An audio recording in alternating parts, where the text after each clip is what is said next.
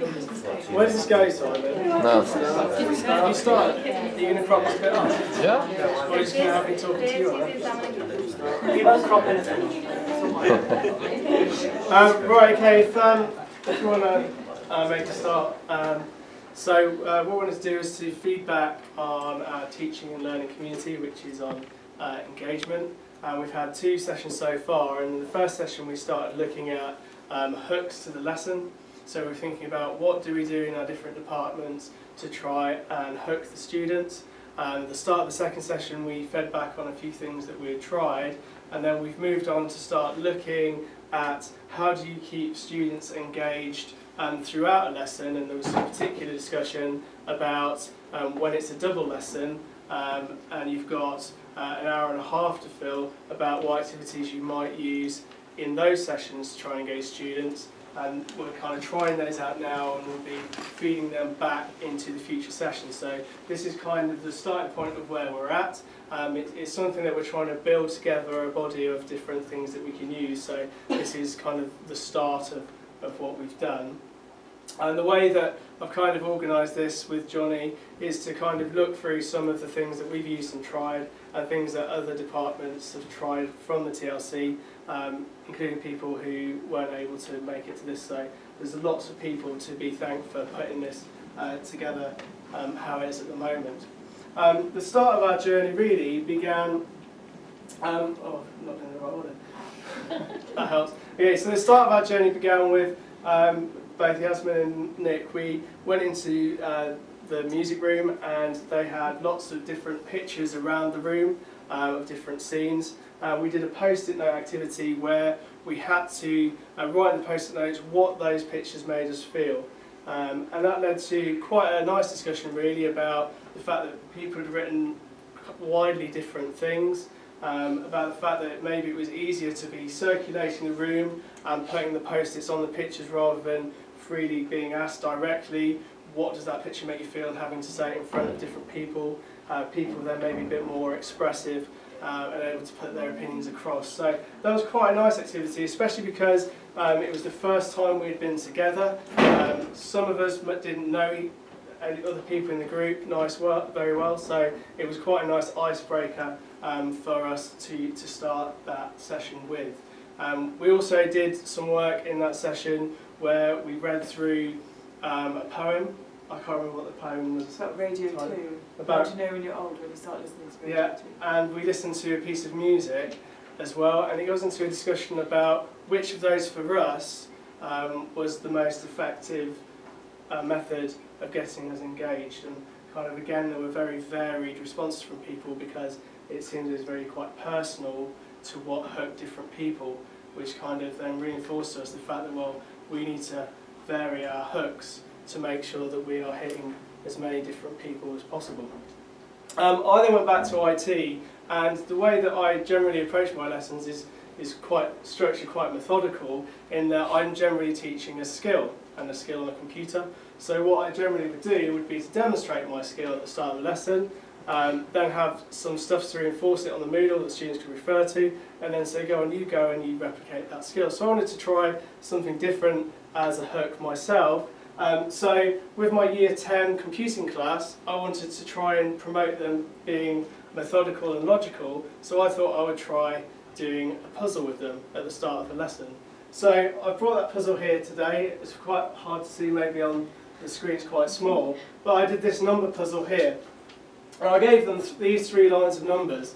So the first line was 1 1 2 1, then it was 2 1 1 2 1 1, and then 1 2 2 1 1 2 2 1. And what they had to do was to try and work out what the 4th line of that puzzle would be. Okay, so I thought what I'd do is just give you a couple of minutes and to see if you can work out the 4th line of that puzzle, or how it works. Okay, so that's it. Well, how would you work out the next line, or what would the next line be? Go a bit closer. No, you don't. 1 1 2. 1 1 1 Otherwise, you've got it with you, you know it.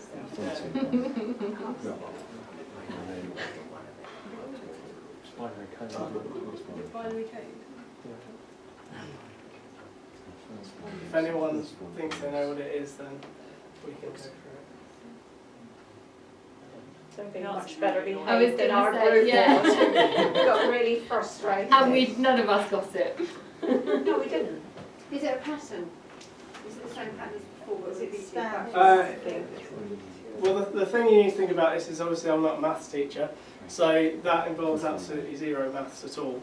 So it's not a pattern in the regards of what you might do in maths, but there is a clear method to it.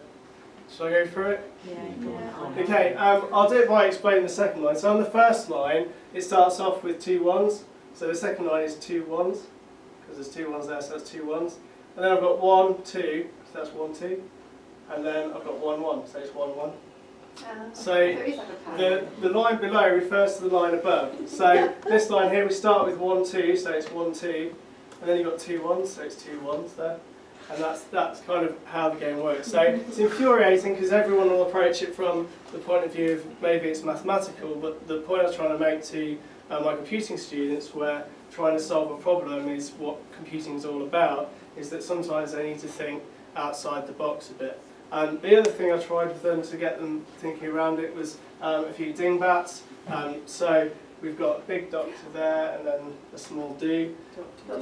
Yeah, so just to kind of do something different, I can just have it up there when they walk in, and they can get them thinking about, you know, a different thing other than just looking straight at a screen or looking at me demonstrating a skill. So it was putting me out of my comfort zone a bit because it's not something I normally do. It was something different for them, and they did seem to get more engaged in the lesson when they had these on there because it wasn't the norm. It kind of made it a bit different from the start.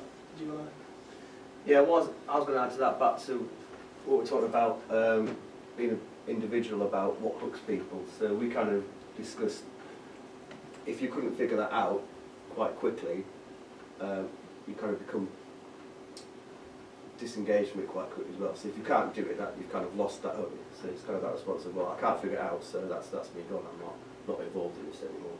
So it's that idea of, again, adapting things that are accessible to everyone as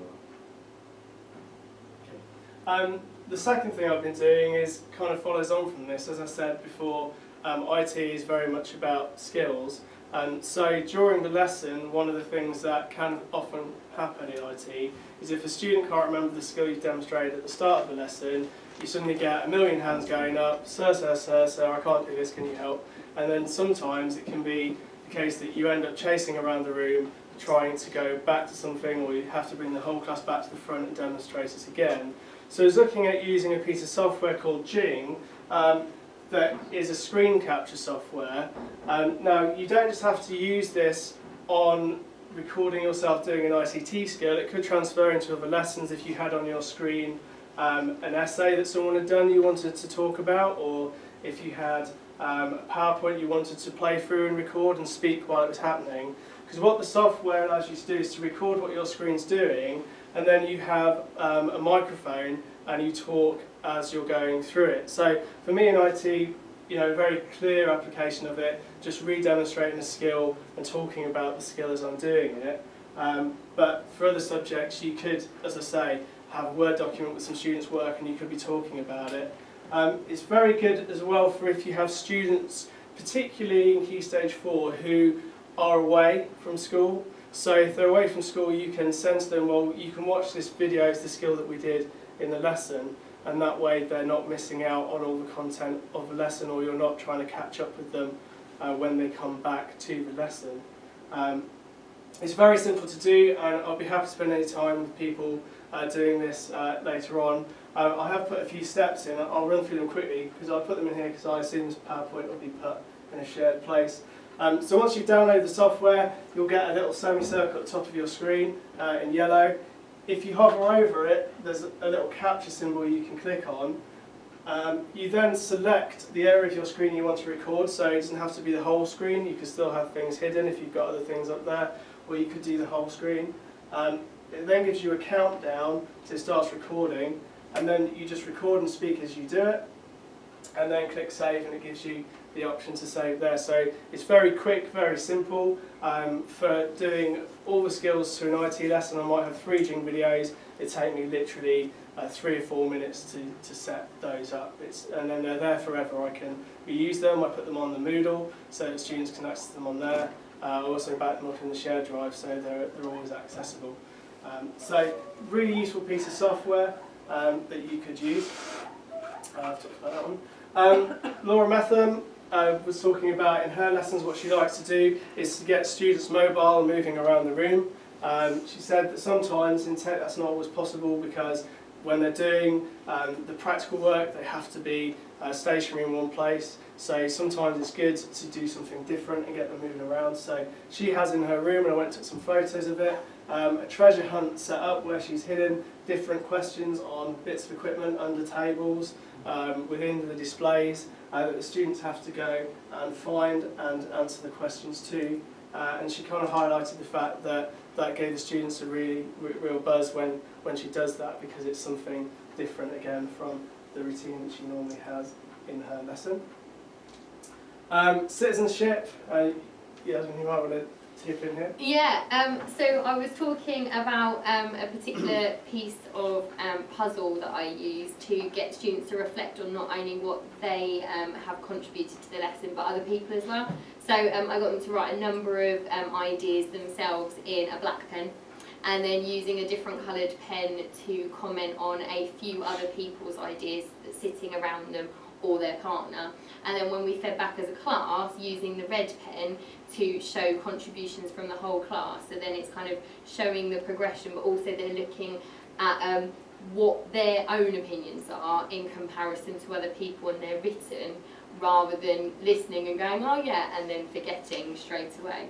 So we found that that was a really positive thing in terms of hooking them and actually getting them to think about other people and what they're thinking and saying. We also talked about leaving lessons on a cliffhanger, and this was something that came up from English lessons, where if you are exploring a text, then to try and leave it at a place which leaves them wanting more, so they can come back to the next lesson and try and pick up from that point. Another good thing from English was using word puzzles, so it might be giving the students a certain number of letters at the start of the lesson and seeing how many words they can make out of it. I thought this might be a good thing that we could translate into other subject areas, where you give them some letters and you see how many keywords for your subject the students could make from that, so it could fit in other subjects other than English as well. And I think that leads us on to the classroom environment. This was a really interesting one for us when we turned up to our second session. We were all lined up outside the drama studio and we were taken in one by one. I found that quite intimidating myself, because the room was pitch black and there was eerie lighting on and lots of smoke. And what we had to do was to find a space in the room. It's all about setting the scene for the lesson. And Pat was there as well, and she was talking to us about another example of this, where Gail Sloggett in geography had set her room up and it was completely trashed, so it looked like there had been an earthquake, and the lesson was about earthquakes, and it was like, well, how did this make you feel? So kind of setting the scene in our classrooms for that, but then kind of bringing it back and making it simpler, so that we're actually thinking about, well, is the classroom environment the most suitable layout for what we're trying to do? Quite often maybe we have our seats in a set place, we don't move our tables around, but is that the best way to have it for each lesson? Are we thinking about that, and could we arrange the room in a way that might be better for what we're trying to achieve in that lesson? And then last but not least, Mr. Wilson did his 3D pictures. Yes, kind of off that idea of setting the scene at the start of the lesson. So with my year 11s, we were looking at converting some of their photographs into 3D to do something a bit more creative with them. So as they came into the lesson, they lined up very similar to drama, and they were given a pair of 3D glasses, and then round the room as they came in, I had a selection of these pictures up round the room, and they had to spend just a couple of minutes walking round, so straight away they see kind of the end result, what they're trying to achieve straight away. So they get that kind of awe factor. But then we kind of discussed, again, then how do you keep them engaged after that? Because the first 5 minutes they're all kind of really, oh, this is cool, I can't wait to do this. But then they have to sit on the computers and go through a technical process to do this. And again, so if they struggle with the instructions, very quickly they can kind of become disengaged because it's like, well, I can't do this, you know, my computer's not doing what it's supposed to be doing, I'm losing interest. So very similar, rather than videos, I have step-by-step PowerPoints, which I put on Moodle. But again, if they actually then don't bother to read it, or they maybe don't understand the wording, they could struggle as well. So looking at using the Jing program would be very, very beneficial for me. So again, you know, I don't have to then have 20 hands up going, oh, what do I press next, what do I do next? They can just pop their headphones in, press play, and follow it on there rather than me chasing around the room.